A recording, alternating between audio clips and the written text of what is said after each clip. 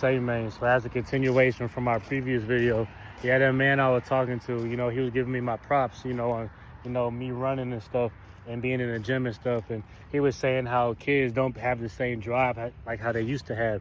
And I was saying like, yeah, like me being 26, I be trying to get people in the gym that are around my age, and they just be stalling for years and years, you know what I'm saying? And he was saying like, yeah, like they just don't have it no more. I'm like, yeah, and the kids after me, they don't really have it either, you know? And I just be doing this straight off discipline.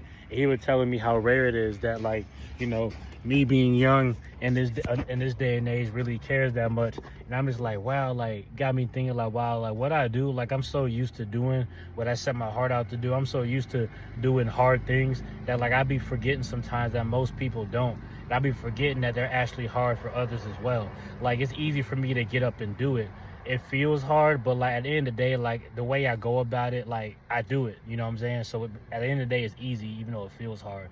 But I be forgetting that if it's hard for me to do it and I do it every day, how much harder is it for someone who doesn't do it every day?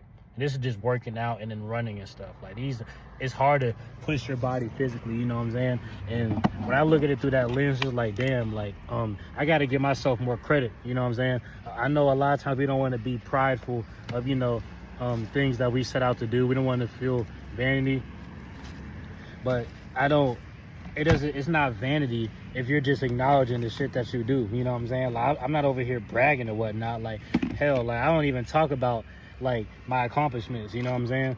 But at the same time, you have to remind yourself like what you do and how far you've come, because you'll forget, you know? You'll start to feel like you're average or regular because you're afraid to give yourself some shine. You're afraid to acknowledge what God has put you through, you know what I'm saying? Because you're trying so hard to be humble.